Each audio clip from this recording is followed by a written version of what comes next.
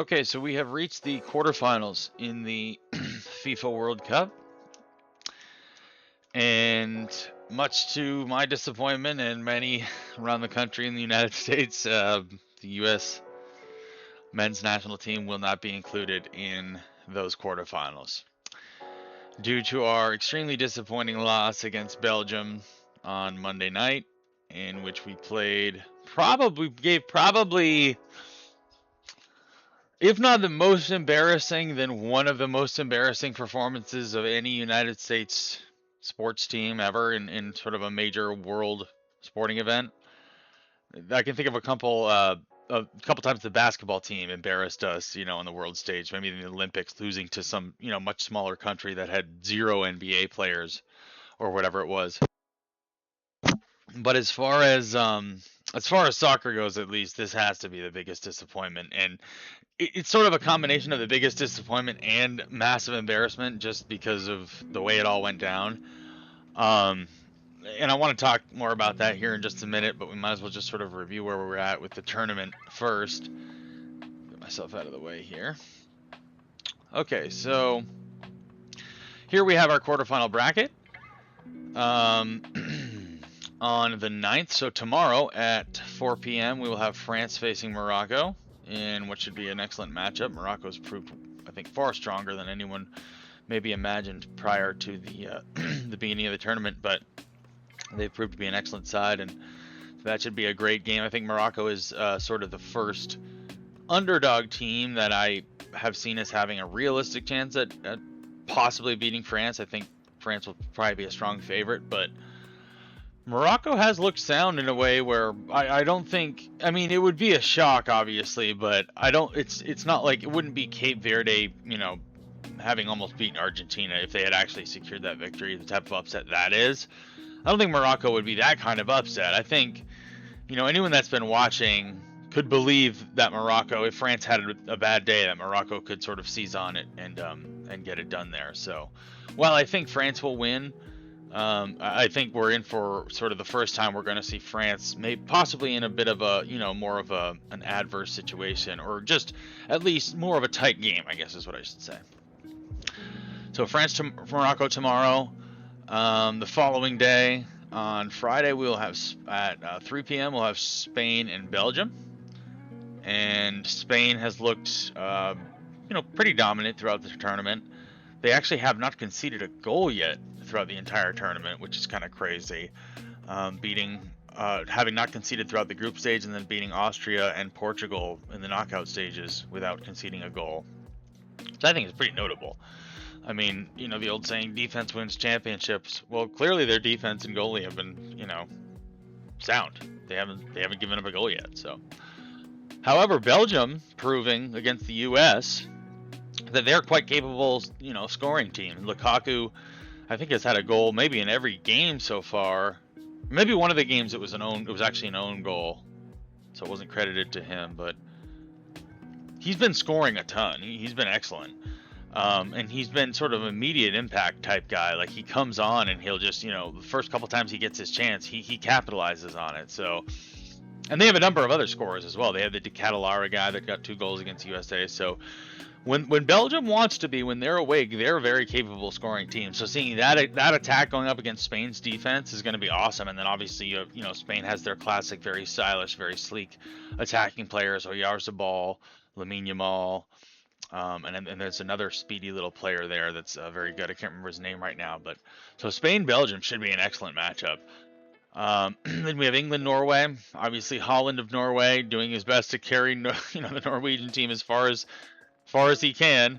And they do have a number of other skilled players. They're a sound team overall, but Holland, obviously, they're a star and the player they're looking to help them advance as far as they're going to go. Unfortunately, I think this might be the end of the road for them with England. I think England sort of found their footing and found their identity in the fire of Azteca, right? It takes a real coming together of a team, a real unified performance to go into a place like Azteca and win the way they did.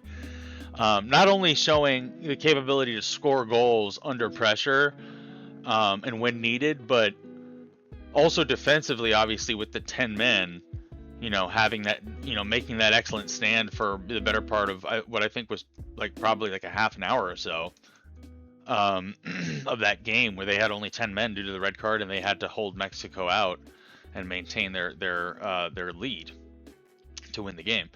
So, I think England has sort of found their identity, and I think they have what it takes to beat Norway. But again, this is a game where I don't think anyone would be surprised if it went either way. If Holland just goes off, I think he could easily,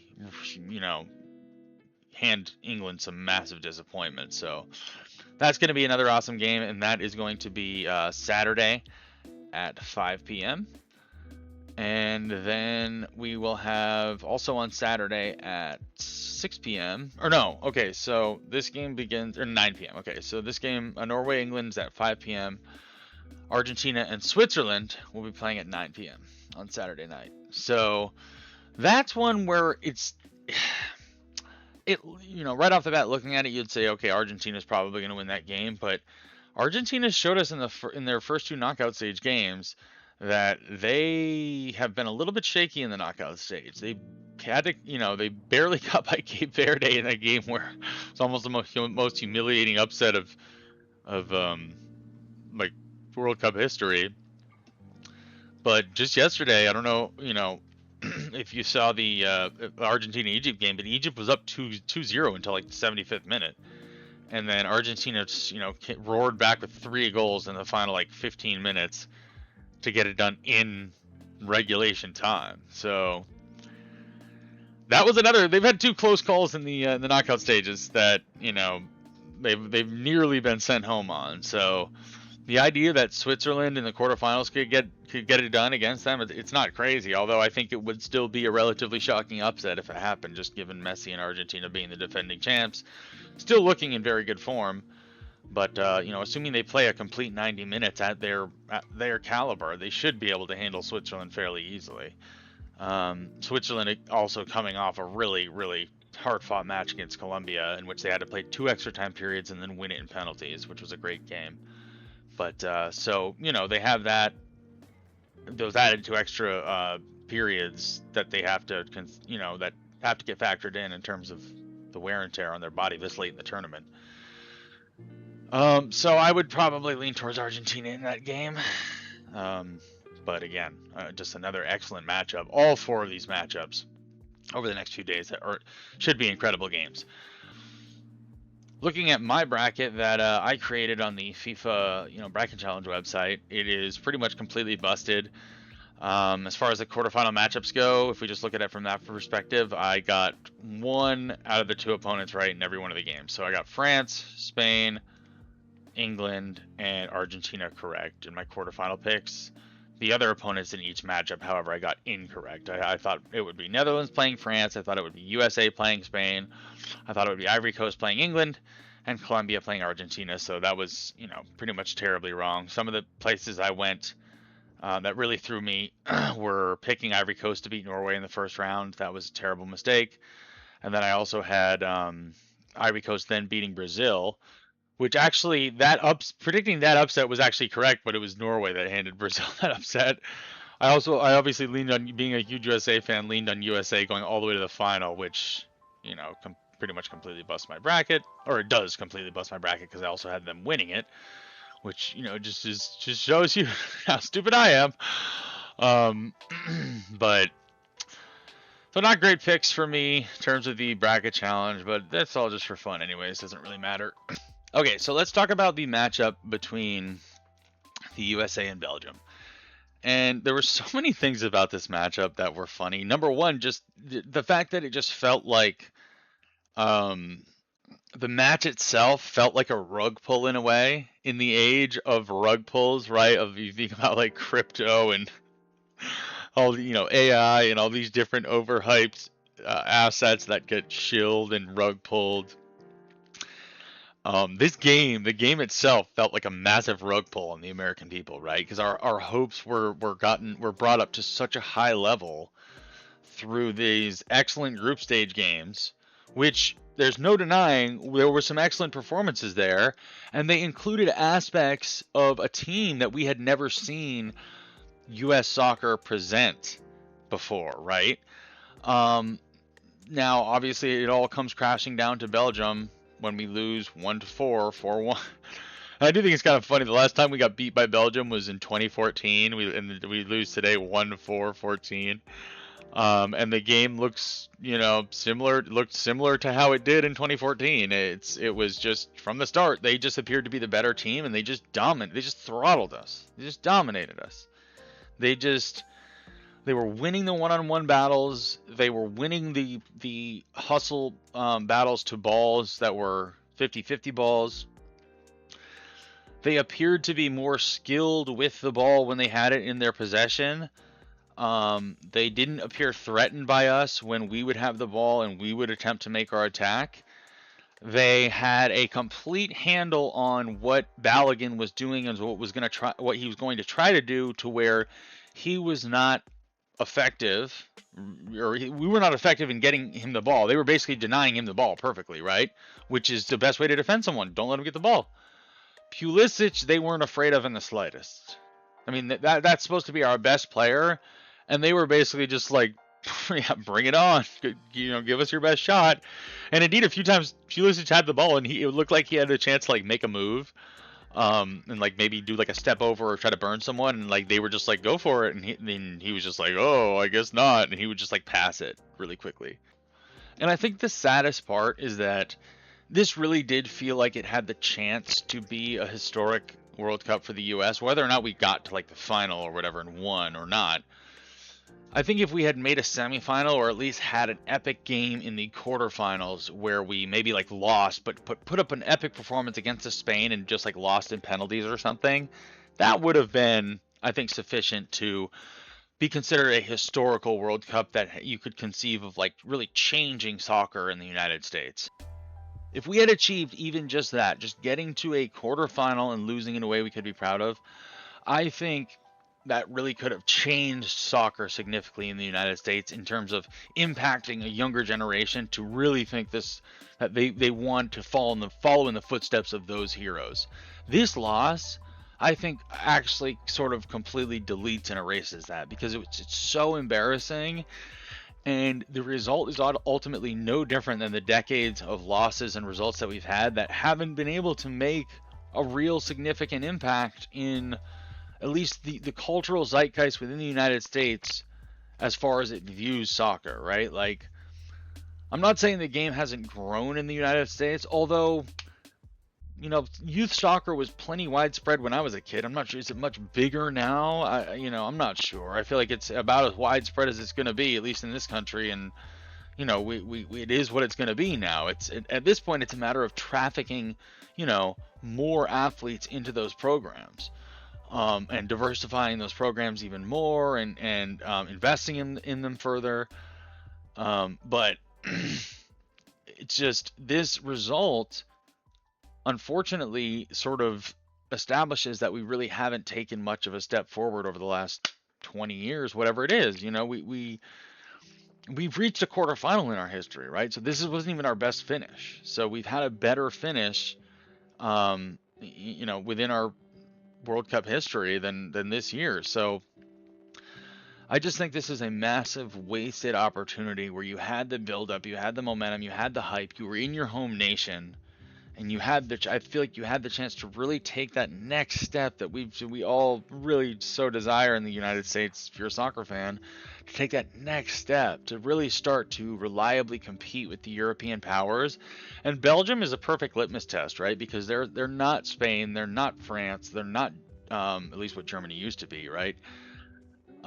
They're not Spain or France, they're not England, but they are a good European side. That's indicative of what a European side's going to bring. And in any given moment, they can have the quality of one of those top tier European clubs. So it's a good litmus test for us, and we just failed it miserably. And then you have the embarrassing factors to go along with the game, where we looked like goofballs during certain moments. In particular, obviously, the goalie whiffing the ball, whiffing the clearance, and then ending up with the being out of net where he couldn't use, out of his 18 where he couldn't use his hands. So then the guy's kicking it by him, and he's trying to get it with his leg, and then Tim Ream, who Tim Ream just, jeez, could not have looked more stiff during this game. He tries to stick his leg out. He can't get it. Ball goes in back of the net for probably the most embarrassing goal in U.S. soccer history. I mean, that just made us look like idiots, right? Like, that made us look like the opposite of heroes, which is why I say you take a, you kind of deleted that mythology that you were building up, that you had the chance to install in the minds of young people watching this. Instead, we just look like the same old goofballs that we've been telling the younger generation we are in soccer, right? It was a confirmation of all the horror stories that we, are used to. And then the other thing too, I felt like Pulisic leaving the game and not sort of just toughing it out with that injury, which, let's be real, it wasn't a major injury. He's had calf problems throughout the tournament.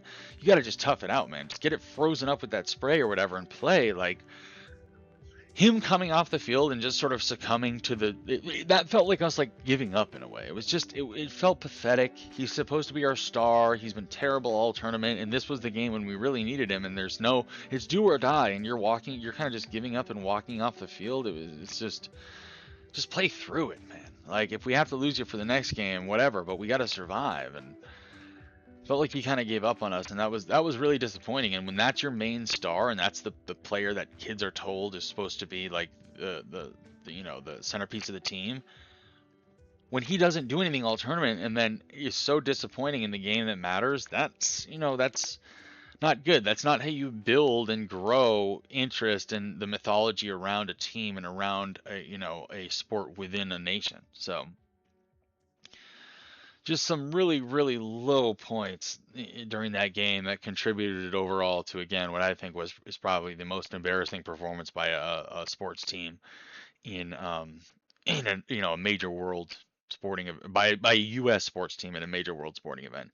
Sort of the opposite of the miracle, right? It's like it's the antithesis of the miracle on ice. It was like all of the buildup, but then just like the failure in just as an extreme way as we had victory during the miracle over the Russians in 1980.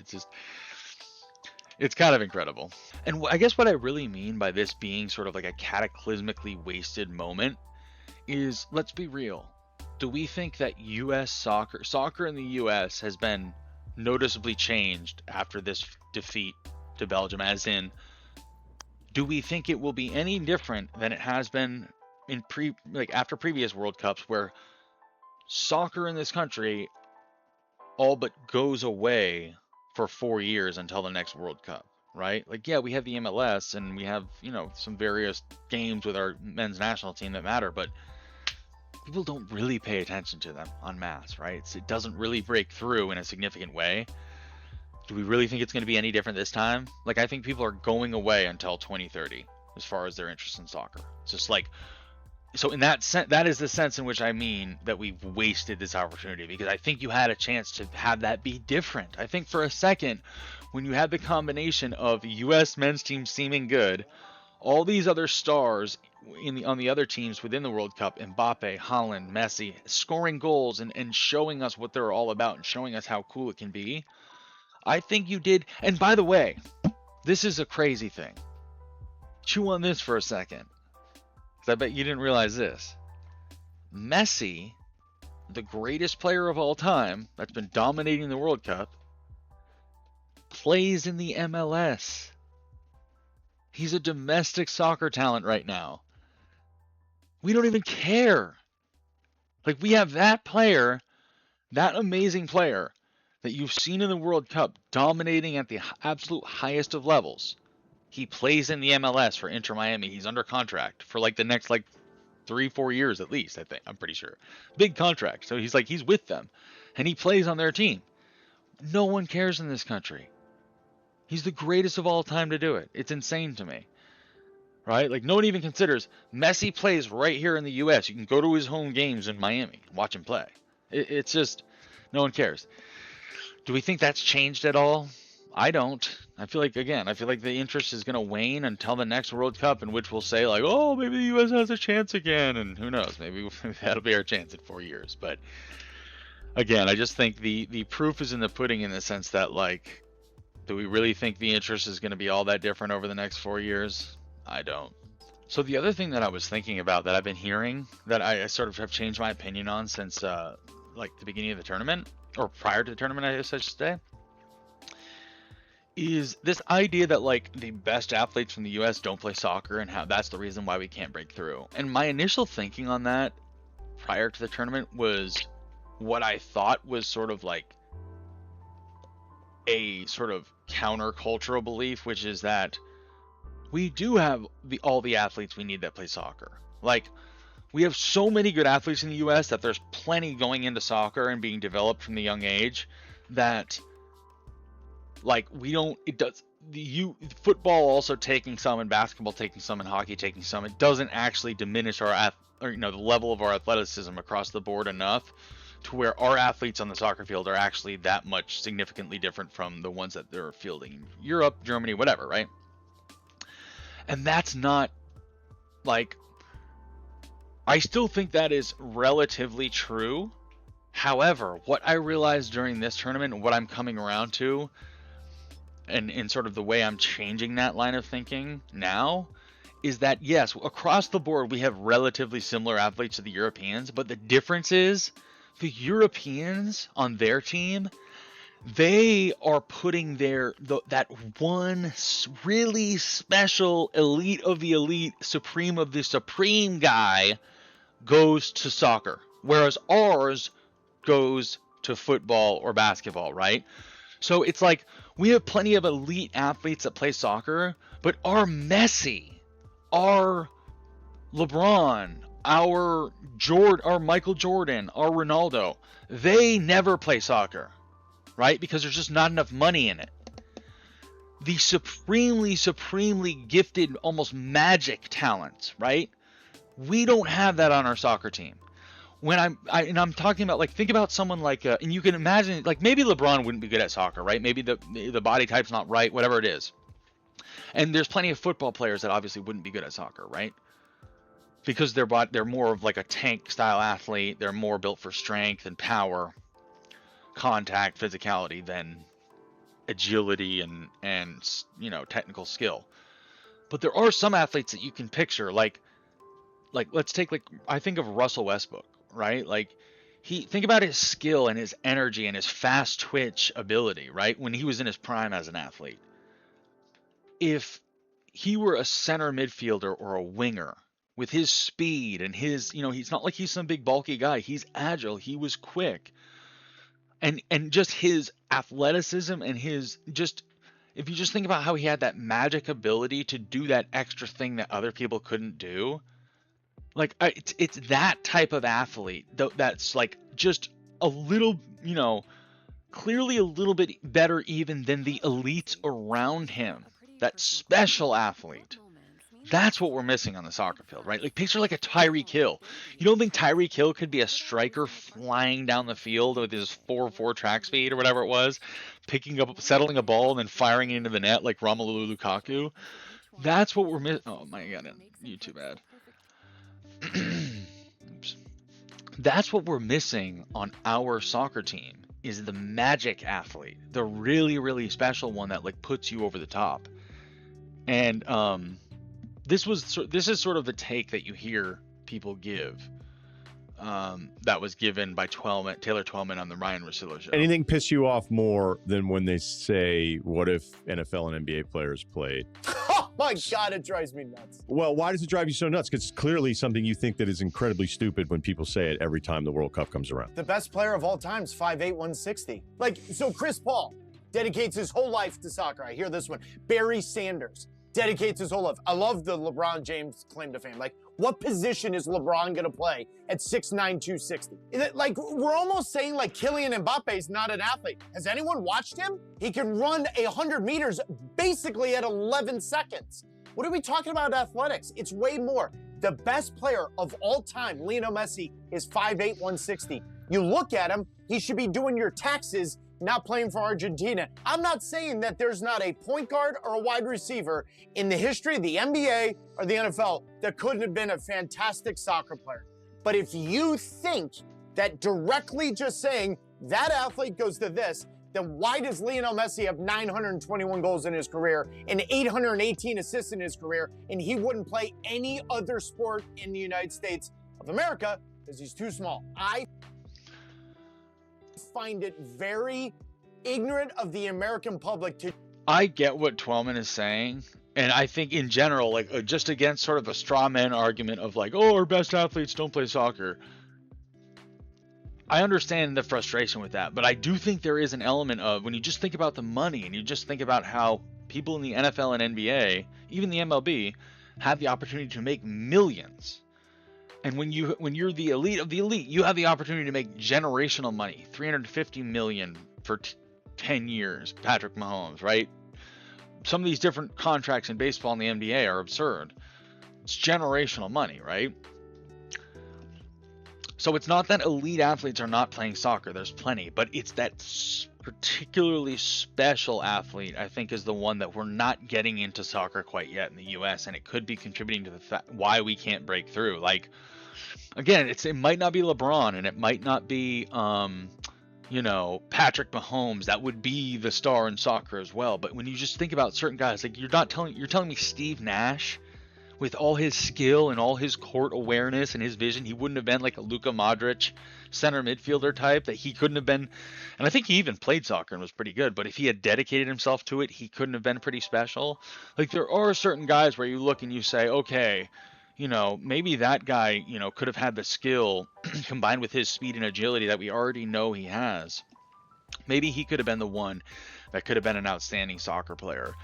I look at the player for France, the outstanding player, Michael Olise, and I just think, oh, like, he looks like one of our NFL wide receivers. He's long, he's lean, he's perfectly sculpted, but very tall, and he's just very cerebral with the way he plays, right? He reminds me of like a Larry Fitzgerald. And I just think, could Larry Fitzgerald, given, again, how cerebral he was as an athlete, and it's not like he was some truck, he was more agile, right? And he was long and lean. Could he have been something of a striker or like an Ibrahimovic type player? You never know. And while I initially thought it's stupid, we have plenty of athletes going into soccer, I have come around to the idea that maybe there is an element of athleticism that's missing from our U.S. men's national team, because we're not getting that, not the elite athletes. We're getting plenty of elite athletes. It's that next tier, elite of elite, supreme of supreme, 1% of 1%. Those guys aren't going to soccer, that's why we can't get over that hump to where those other teams are that do have those Mbappes, those Messi. You know what I'm saying? So I don't know. That's just been something I've been thinking about, that there may be an element of athleticism we're still missing. Lastly, I just want to talk about a couple things about the World Cup, the FIFA rules for the World Cup so far that I thought have been a little bit ridiculous, and just some ways that I feel like they could easily just change them to make them not just more conducive to the American audience, which, obviously I think from that perspective, but I just think in general they're just outdated and don't make any sense. And I realize that, like, soccer likes to cling to rules like that just because, they're sort of like baseball in America, where it's like, we just keep things the way they are just because. Like, okay, like, I get that, that's fine. But there's just minor tweaks that you could make that, like, I feel like are totally reasonable, that wouldn't really change things in any way significantly enough to have any noticeable difference other than just quality of life. Okay, so the first thing I noticed that, like, I'm actually bewildered that this persists in a game that's, relatively prim and proper, like soccer, where there's an expectation of etiquette, that there hasn't been a rule to get rid of this yet, which is the players doing the stutter step, jiggle twirl, 3 different stop starts on their way to shooting a penalty shot. It's utterly ridiculous that is allowed. It's insane to me that you're allowed to try to trick the goalie's timing as a way to sort of try to get him out of the way. Like, why? It's just, shouldn't it be about where you place the shot? Personally, for me, from my perspective, I want to see an exchange between the goalie and the shooter, in which we're testing the goalie's ability to cover the net against the player's ability to be precise and accurate with where he's shooting in order to beat the goalie. But what these players are turning it into is, can I do some series of footwork steps on my way to the ball that makes the goalie think that I'm shooting it at a different moment than I am, so that he's just out of the way and I can just kick it in easily? It's just, why is that something we're accepting in these shootouts? It doesn't make any. Is that really what we want to be testing here? Again, I want to see a test of a player's accuracy against a goalie's ability to cover the net. Like, you are close, the player's close enough to that net, and the task is simple enough to where we should not be allowing them the added advantage of tricking the timing of when the ball is actually going to be hit. I don't know. It just, I hate seeing it. I think it's stupid. It's allowed. I think it should be at the ref's discretion to say, no, that was not a natural run-up. There was too much motion change and timing change there. That does not count. Maybe you reshoot it. Maybe you get one retake. I don't know. But it's just, I think that should not be allowed. Expect the player to have one continuous motion to the ball without any unnatural herky-jerky stop and start. And conversely, the goalie's not allowed to wave his arms or jerk back and forth either. He has to stand there and make his jump when the ball's hit, right? Or when, whatever the rule is, right? He's not allowed to act like he's going this way and then it's just, why is any of that allowed? Make it a competition between the shooter and the goalie in terms of their ability to perform those soccer skills, not do a dance that makes the timing, that obfuscates the timing for the other player. I just hate that. I hated that part of it. The players that did the herky-jerky thing and moved the goalie out of the way and then shot it in, I would always just instantly have a bad taste in my mouth from that. The goalies that were able to save the shots, I was always in there on their side, ha ha ha, screw that player that tried the stutter step. And then when Harry Kane shot his penalty kick against Mexico and the announcer said, none of the stutter step nonsense, you just step up and blast it into the corner, I could not have agreed more. I was like, that is how you do it. That's a true penalty kick. You're not trying to trick the goalie with timing, you're tricking him with your skill in shooting. So that's just one thing that I noticed that I think they could tweak to make things better. The other thing that I think needs tweaking is the automatic suspension for a player for the next game for a player that receives a red card. I think it's utterly ridiculous. Now, obviously, I'm biased. I do have bias because Balogun got suspended, and that ended up getting overturned, and he was able to play. And then, because of whatever happened, FIFA overturned the suspension. But I just think if you can get a red card for just playing the game hard, essentially. It's to lose another game because of an extra game suspension feels like it should be something that's for things that are egregious and malevolent and clearly intentionally harmful, right? In the case of Balogun and a number of other red cards in the tournament, including the one with England, which I don't think the guy should lose another game because of it. Same thing with the England red card.